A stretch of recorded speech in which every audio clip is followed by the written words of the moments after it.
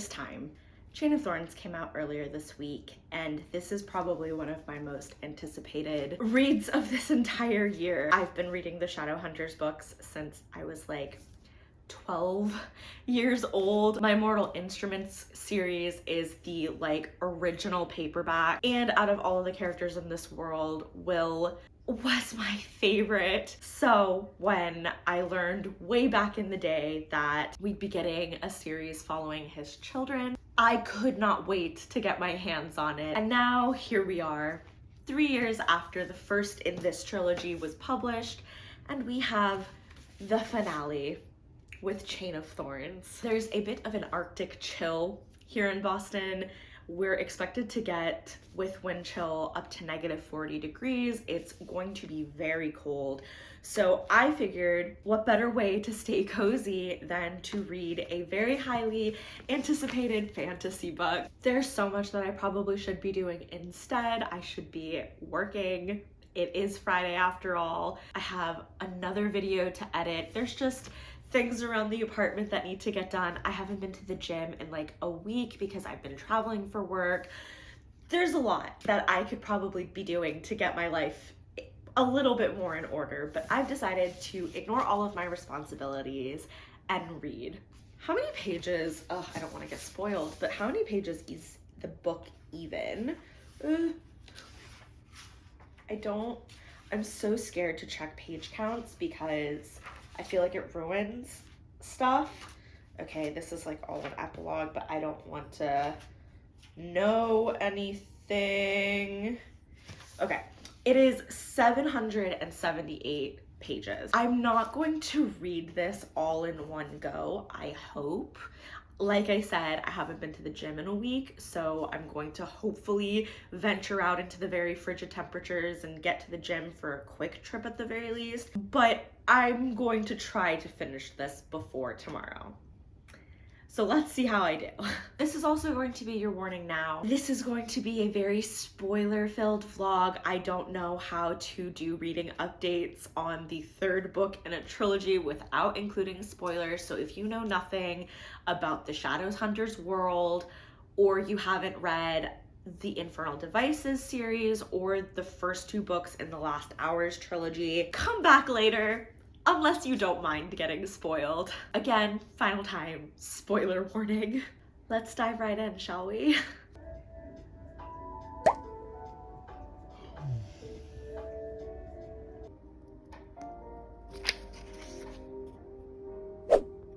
I haven't even made it to chapter 1 and I'm already so deep in my feels. So in the prologue, Will, Magnus, and Jamie are going off to find Lucy because she's gone off with Malcolm Fade to perform the unspeakable magic, which is, of course, necromancy, which I always have feelings about as someone who thinks quite highly of necromancy, but that's another conversation for another day. But in Jamie's internal monologue, he was kind of thinking that he gets compared to Will a lot, and it says all his life his father had seemed the strongest man he knew, the most principled, the most fierce with his love. Will did not question himself. No, James was nothing like Will Herondale. And I'm just like, oh, baby, if you only knew what a little emo boy your father was back in the day. That's it, that's all, that's my first update. Okay, so quick update, I'm on page 100. And we have a Cordelia Matthew scene, which, okay, I feel like I need to make it very clear. I am a Cordelia James shipper, but I have the biggest soft spot in my heart for Matthew. So, this scene, what I would give for this scene, okay, the table was covered in a daunting spread of croissants, butter, marmalade, fruit jams and jellies, porridge, bacon, fried potatoes, crumpets, kipperds, buttered eggs, and tea. What army are we feeding? She inquired, sliding into the chair opposite him. He lifted his shoulders in a slight shrug. I wasn't sure what you wanted to eat, so I got everything. When is it my turn? When is it my turn? I'm not that much further yet. but I'm literally screaming. Oh my God.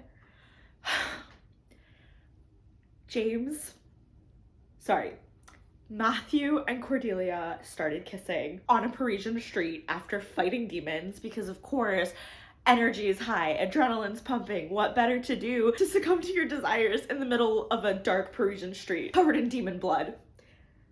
Ignoring the fact that that whole scene was wild because it occurred quite literally after Lilith had come by. Mazda? After Lilith had come by, but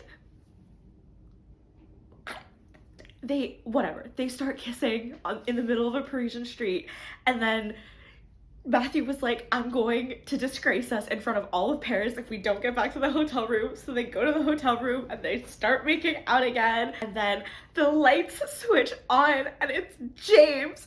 I saw this coming from a mile away, but we're like 130 pages in so far. There is so much more of this book left to go. Oh my God, I'm mortified.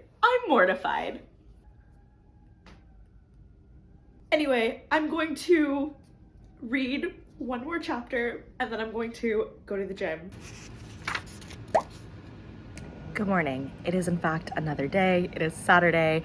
I managed to get to around 300 pages read last night before I finally collapsed in bed. And yes, I did manage to make it to the gym, so I'm pretty proud of myself. As you can see, I've showered and clipped my bangs up out of the way because I am going to read for a couple hours before I leave to go to the gym again. I'm not going to be in the gym over the next couple days because I'm going to be going to New York. But all of that aside, I will not be looking forward to leaving the house because not only do I want to read the rest of this book in one sitting, it is literally so cold outside. It is -1 degrees. I woke up so cold this morning and I have the heat blazing. That being said, there are things happening. My feelings for the Matthew, James, Cordelia love triangle aside, and I do have very conflicted, strong feelings about it. If you remember from the last book, Cordelia accidentally became Lilith's paladin, so she's not fighting at all. She's not raising a weapon lest she accidentally does it in Lilith's name, which is like very admirable because she's a shadowhunter and she's going everywhere and cavorting around London with no weapons, not even in gear, just wool clothes because it is December. But anyway, she has raised a demon to figure out what Belial is up to. And based off of the last scene that we had with Tatiana, who is at the institute and Pangborn has her in the sanctuary, she just woke up. She was found like in the moors unconscious. And she woke up and said like, my master has betrayed me, her master of course being Belial. But that scene, and now this scene with Cordelia raising the demon, things have clicked.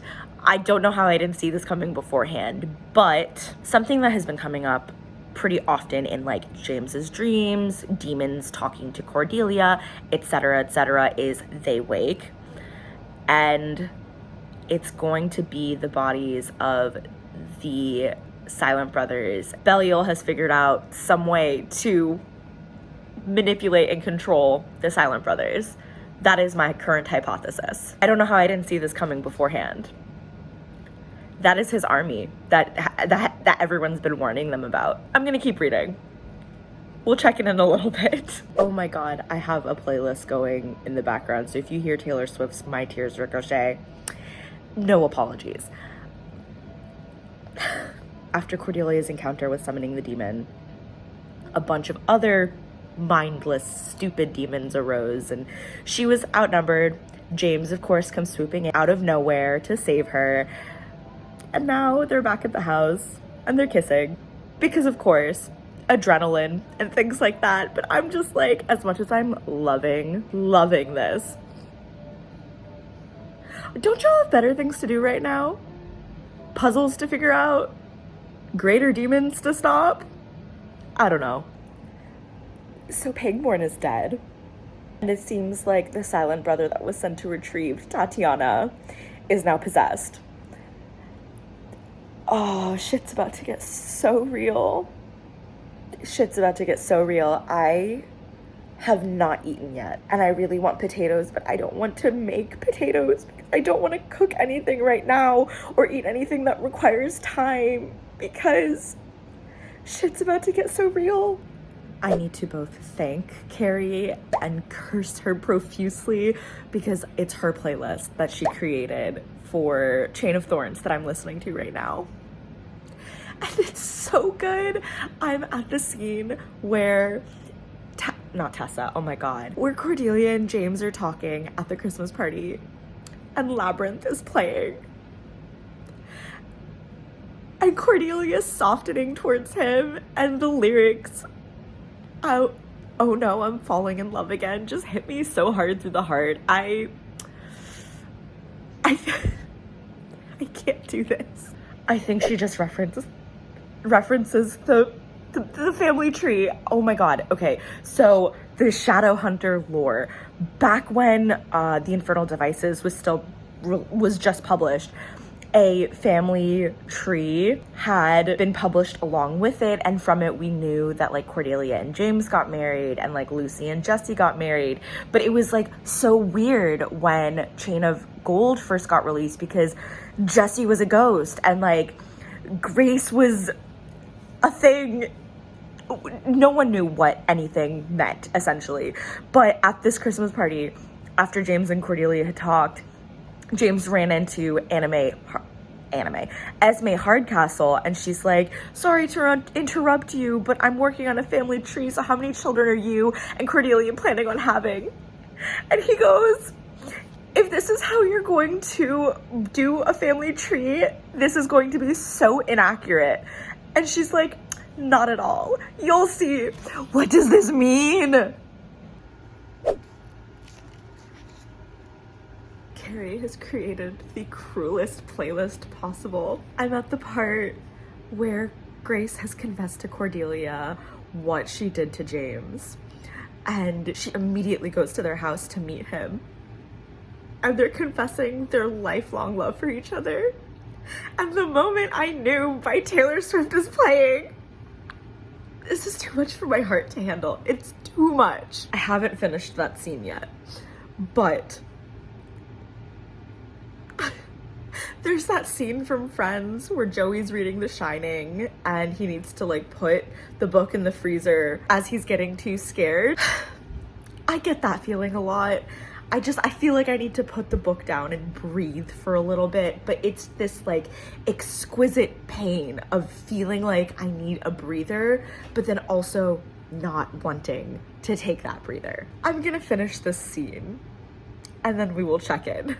Not only am I a sucker for my heart beats for you, only ever you lines, this bitch, they're trying to do things, Cordelia and James, and the door is locked, and instead of fussing about with the lock, this bitch takes out his pistol and shoots the lock to break it open.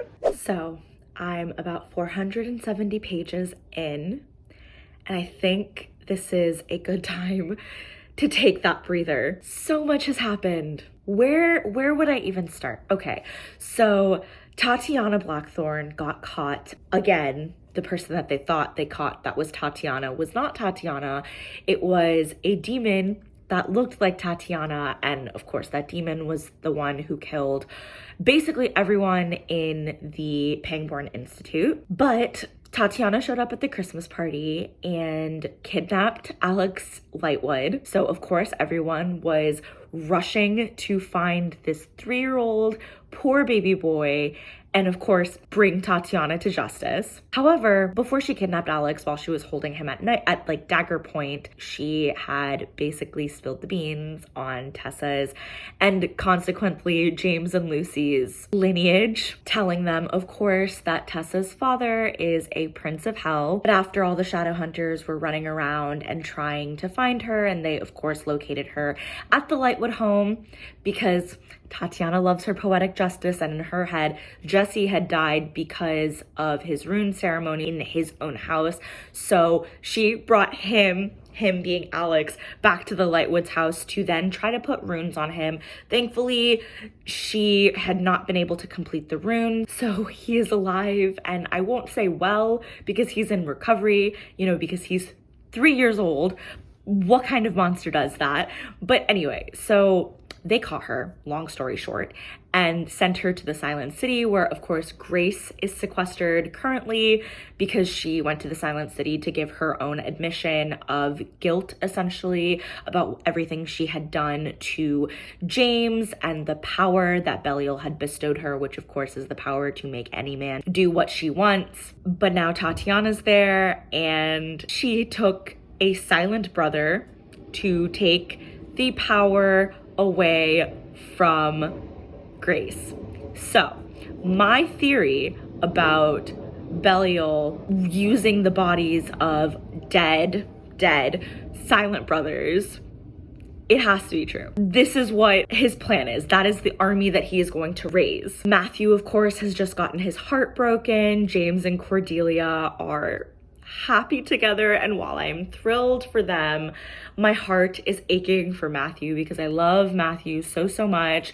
Thomas and Alistair are trying to figure out their relationship. Christopher and Grace are also trying to figure out what their relationship is because Christopher has visited her a lot while Grace was at the Silent Brothers city. So yeah, a lot's happening. I know things are better with Lucy and Cordelia now, but I am a little annoyed with Cordelia because frankly, at the beginning of the book, Lucy and Cordelia were kind of at odds with each other because Lucy had revealed to the Merry Thieves that her and Grace had worked together to raise Jesse from the dead, essentially. And of course, Cordelia felt a little betrayed. Like, that is my best friend trying to be best friends with someone else. It's like petty, but totally relatable. But also, Grace has done so much harm to other people that Cordelia, it's a thing. But I was thinking about it, and I remember I was so adamant about hating Grace throughout the majority of the last 2 books. And now I just feel bad for her. She did bad things, of course she did, but she was also a victim. And I'm not saying that excuses what she did, but I can't be mad at her. And I find myself really wanting her and Christopher to be happy. They're just very cute together. Yeah, so that's where I'm at in the story. It is so cold outside that I do not want to go to the gym, but I feel like this is a good place to take a breather with the book, so I'm begrudgingly going to go get ready and venture out into this Arctic frost. The worst part about this polar vortex that's hitting us right now, which, side note, officially New England is the coldest place in the entire United States right now, on the peak of Mount Washington, so obviously it'd be colder there, but on the peak of Mount Washington, it hit negative 100 degrees, which is colder than Alaska. So it's really freaking cold. So quick intermission, and we will be right back here with the rest of the book. Tatiana Blackthorns made her appearance. I was absolutely correct in my hypothesis that the demons summoned by Belial are possessing the bodies of Silent Brothers and Iron Sisters. So now that everyone in the book is caught up to speed because they kind of pieced it together since Grace made her escape to the Institute after her powers had been taken back by the demons that are accompanying Tatiana. So she is now powerless and at the Institute and relayed the whole story to everyone, and Tatiana made her big stand. She told them, and I quote, "Come out and meet your fate." This bitch is crazy. She was crazy in the Infernal Devices, and she's crazier now. And I know she's the big bad in the last hours, but like, oh my god. I don't understand how a person can be this self-absorbed. And she's not real. I'm this pressed, and she's not even real. But she's ruined so many lives. Ugh. Okay, now I'm actually going to go to the gym. So a quick intermission and we'll be back. So I lied, and I'm still seated here reading this book, but there's so much kissing happening.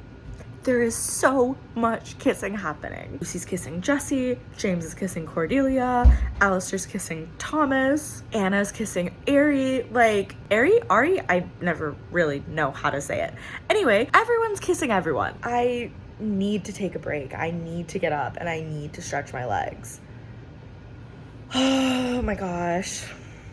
Okay. 1 hour. Even if I don't make it to the gym, I need to do 1 hour of something else because I'm going to go crazy. But I'm going to go crazy if I don't figure out what happens next. It's a terrible catch-22, but I think I need to prioritize stretching my legs. So maybe I'll go get coffee. Maybe I'll go get coffee.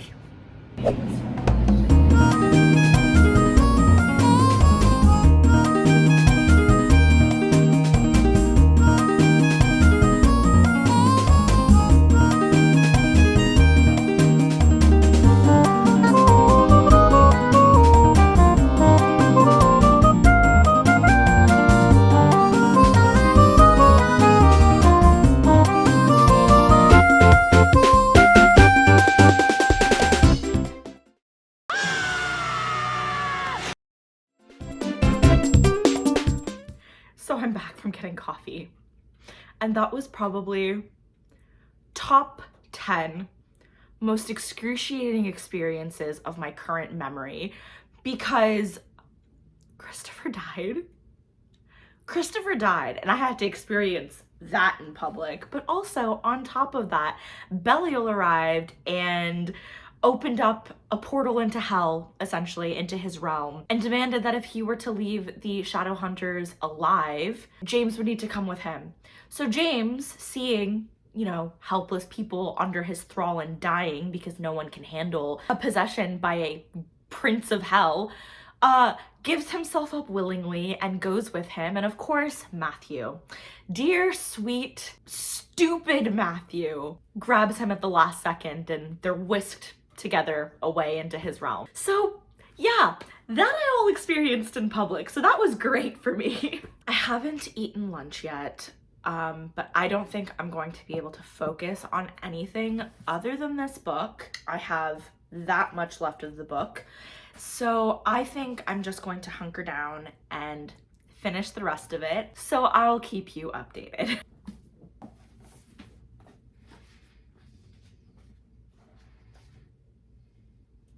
I also just realized that I haven't done a very good job of keeping you up to date with the exact order of events in the book. So if you've read the book, if you know, you know. I feel like I can't get a coherent thought to form because everything is just going off like fireworks. Like this sparks and that sparks and this person died and that person went off and got themselves sucked into a demon realm.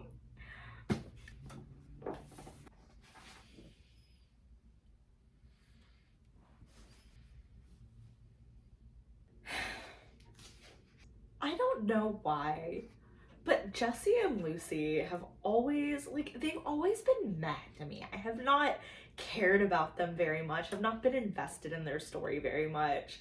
And now Cordelia and Lucy are on a mission and Lucy is prattling on about her inability to kiss Jesse, who is no longer a ghost and is alive in the human world, but she can't kiss him as she wants because when she kisses him, because of how far she delved into the other world to retrieve his soul, some like passageway was created and now she can't kiss him without falling down Belial's passageway. Girl, this is not the time.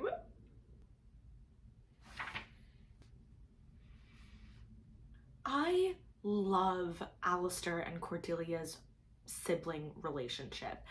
This, oh my god, the care that they have for each other, I love them so much. I don't know that I can even express how much I love them because to me, this is like one of the best things about this book, just the sibling relationship dynamic and bond between the two of them. So good. I also just love that when Cordelia gave him Cortana to hide, he hid Cortana in a weapons room filled with so many other swords. His mind, it works just like mine.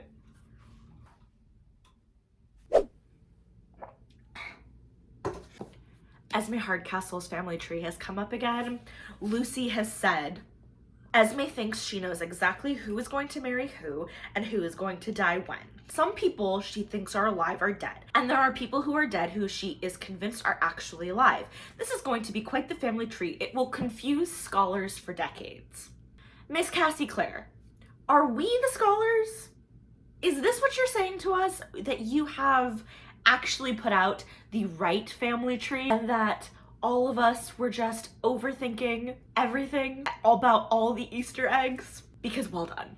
You indeed have sent us on a merry little ride trying to theorize about all of this. I'm still so upset about Christopher's death. His life was snuffed out too soon. It just was. Him and Grace could have been something. As opposed to Jesse and Lucy, Grace and Kit were actually a couple that I was so willing to root for. He came back from death, fighting everything. So, I mean, he's not actually alive. He didn't come back from death, but Grace was having a moment of really extreme low vulnerability. She's basically trying to continue on Christopher's work and sending fire messages, and she hasn't cracked the code for it yet. And she kind of like speaks out to Christopher saying, I wish you were here, everyone needs you, da da da da. And he comes and talks to her and helps her solve it, and then like tucks her hair behind her ear before he vanishes into the ether. That was so much more romantic to me than anything Jesse and Lucy have done. And I like, don't get it twisted. I don't hate Jesse and Lucy. They just don't do it for me. They just don't. Anyway, I have a little over 100 pages left to read, but I'm not riveted. Like, Matthew and James are in Edom, Belial's / Lilith's realm, and so are Lucy and Cordelia. The rest of the group is trying to figure out a way to save London, and I'm just like not invested. I don't know why. We have a visitor. Oh, I know.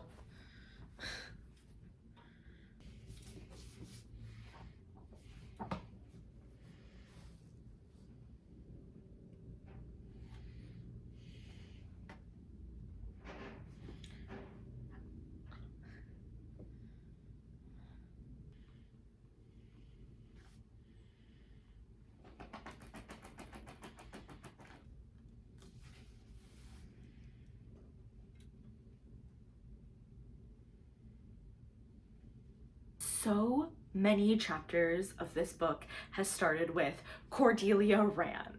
Why is this girl running so much? My post-COVID lungs could never. This siren is going off at the worst time. She still could not move forward, could not walk to the high altar. She drew her arm back and flung Cortana. She almost cried out as it hurtled away from her, spinning end over end, and James's hand shot out and caught it out of the air by the hilt. He looked at her. His eyes were still gold and full of sorrow. Daisy, he said, and plunged the sword into his own heart. I know that this is gonna have a happy ending and he is not dead, but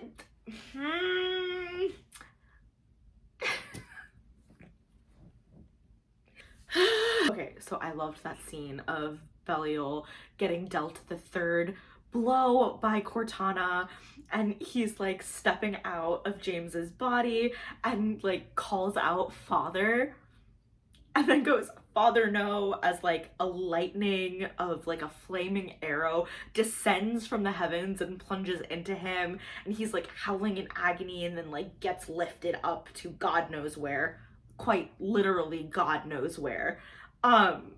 So Cordelia's like, the barrier that was separating Cordelia from James is now gone, and he has a pulse, which like I knew he would, but still, it's just a relief. She's gonna heal him with Cortana because of course she is. and then they're going to kiss and live happily ever after. The end. There is so little left of this book, and I don't understand how Cordelia is supposed to break out of her paladin's agreement with Lilith. I feel like, and of course I'm not done yet, I do feel like it should have been more of a focal point of this story than it was, because I was very invested in that storyline. We'll see how this plays out. I'm probably not remembering something very vital about James's gun, because Lilith is telling James, you can't even use the gun anymore, and he goes, try me, in true Herondale fashion. But why wouldn't he be able to use the gun anymore? These chapters that's mostly centered around Jem are such a gift. I loved Will Herondale, and I was definitely a Will Tessa shipper. But like, there's something about Cassandra Clare and how she writes love triangles that makes you so invested in the outcome of happiness for every single person involved. Interesting turn of events, because Belial's a prince of hell. He died, obviously, because James killed him with Cortana, but a prince of hell cannot die, so someone new was assigned in his place, and this new demon that is now warned Jem that he doesn't want any connection with the Herondales, and in exchange for Jem conveying that message to them, he will owe him a favor. Very interesting. That was it? Epilogue?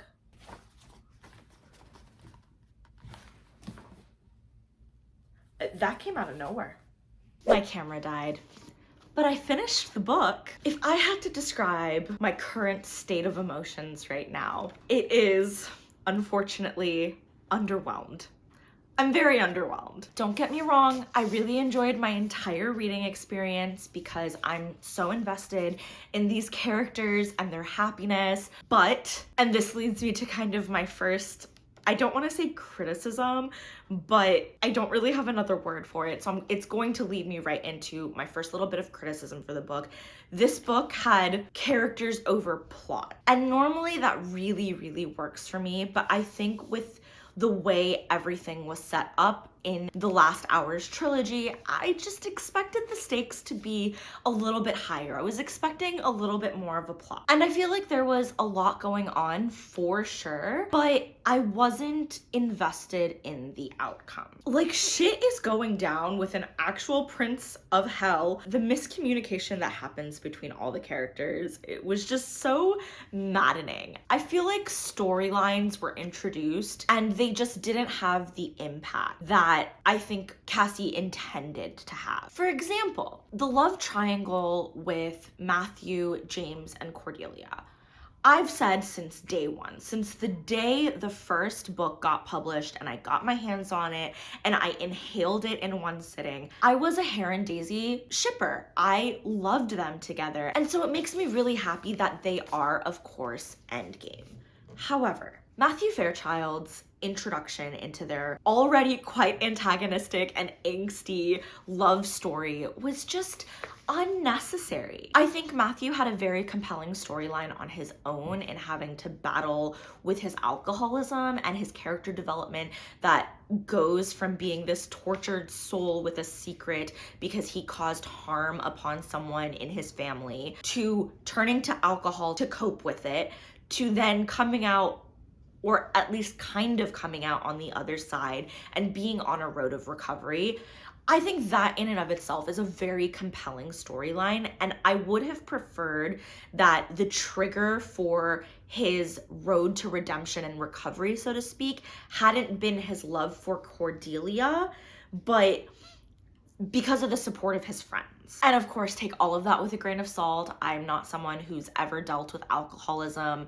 It has never touched my life in any capacity, but that is just my opinion. My second point of criticism, and this was my biggest point of contention and gripe with this entire finale, was the fact that Cordelia as soon as we got introduced to her, right? She was introduced as someone who is such a badass. She's badass. She's strong. She's independent. She wields Cortana, a legendary sword. She's proud to a fault. She cares so deeply for her friends. She was introduced as, granted, a slightly flawed character, but a wonderfully strong character nonetheless. Where was that in this book? Where was that in this book? With how the plotline with Belial culminates, basically we have James possessed by Belial and Cordelia handing him the weapon to make the final blow, essentially. The third blow to kill Belial. And I was just like, we got all of that for what? Why couldn't Cordelia do it? Why couldn't Cordelia have gotten out of her contract and agreement with Lilith, so to speak, without having to rely on semantics? I don't know what else she could have done because I'm not the creator of this series, but it was just really grating and irritating for me to have Cordelia end up being sort of a side character where I think she should have been the straight out heroine. I love that James and Cordelia got their happy ending, but why did James have to be the one to deal the final blow?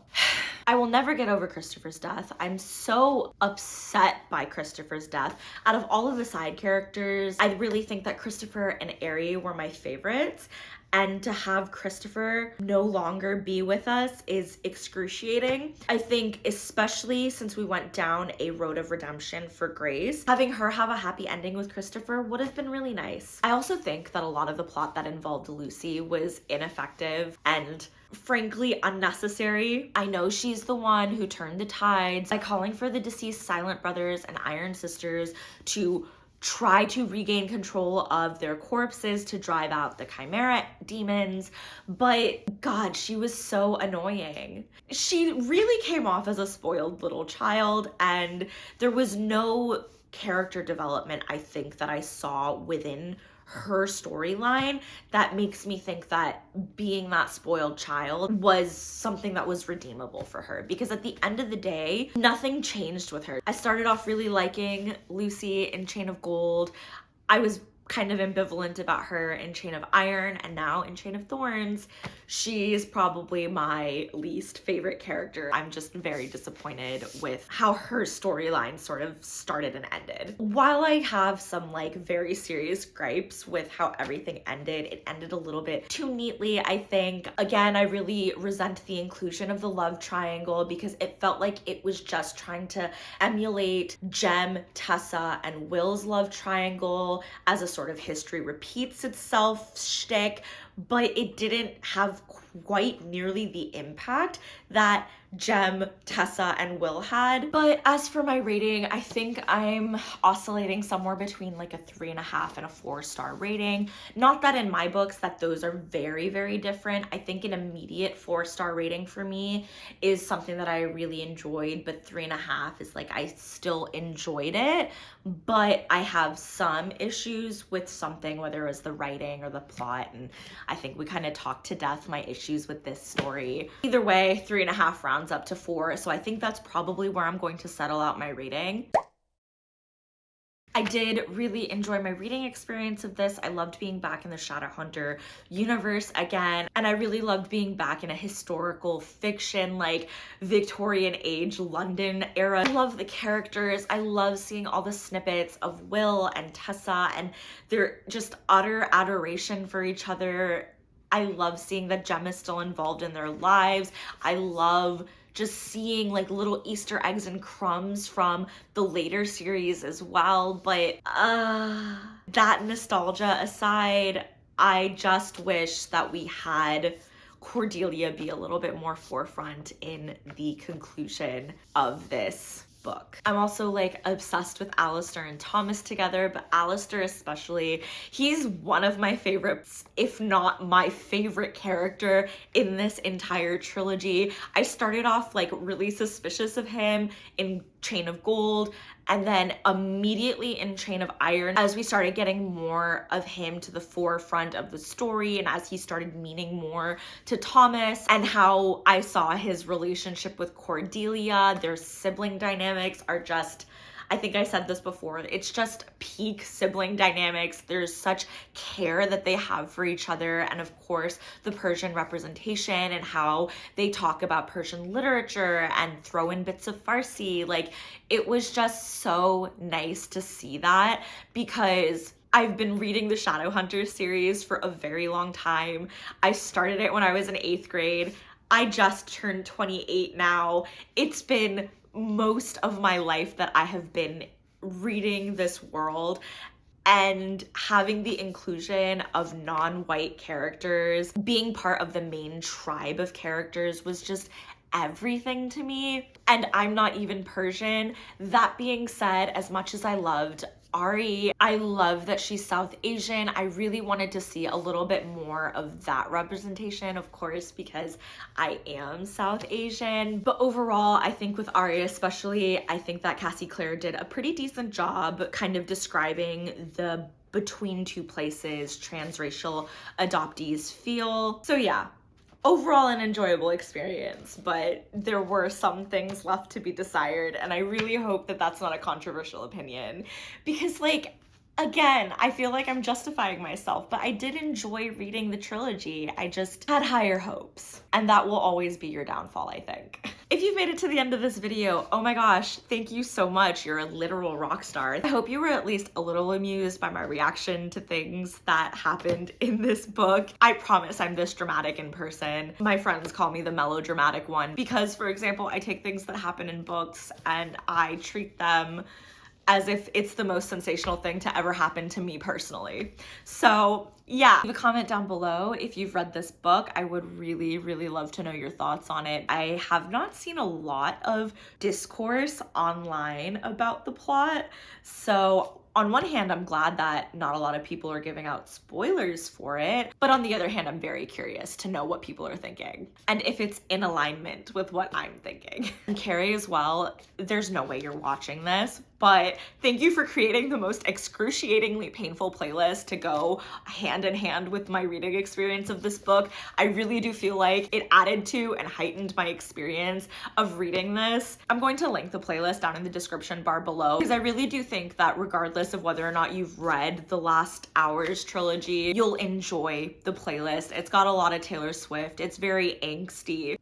But yeah, that's all from me. I hope you all are having a very good morning, afternoon, evening, or night, wherever you are, whenever you're watching this. I hope you're just reading really good books and doing things you enjoy and taking care of yourself and being soft to yourself.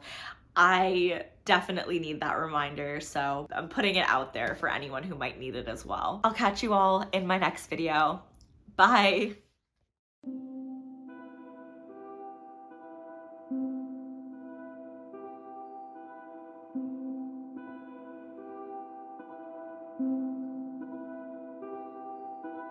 Thank you.